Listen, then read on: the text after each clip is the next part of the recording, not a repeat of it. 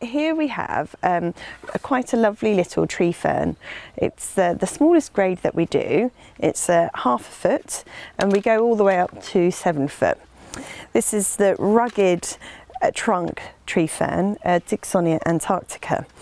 And people grow them pretty much all over the country. They are a little bit tender. When the fronds die back in the winter, you can put some sort of brown crispy fronds in there, or you can put some straw and some fleece just to protect the crown, because it's this top bit which is the growing point and you want to protect.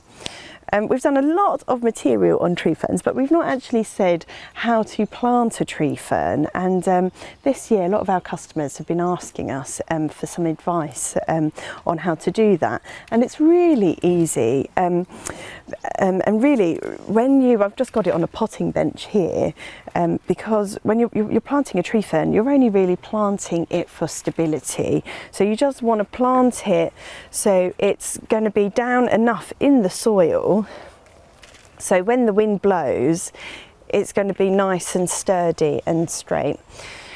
And it will put down roots, and they will anchor it into the ground.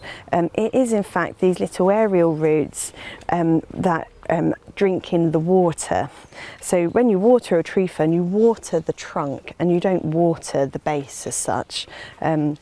So if you were, say for example, planting a 7-foot tree fern, you would dig a hole which is deep enough for the trunk to go in, enough so that if you shake the trunk, it's nice and sturdy and it's not going to collapse.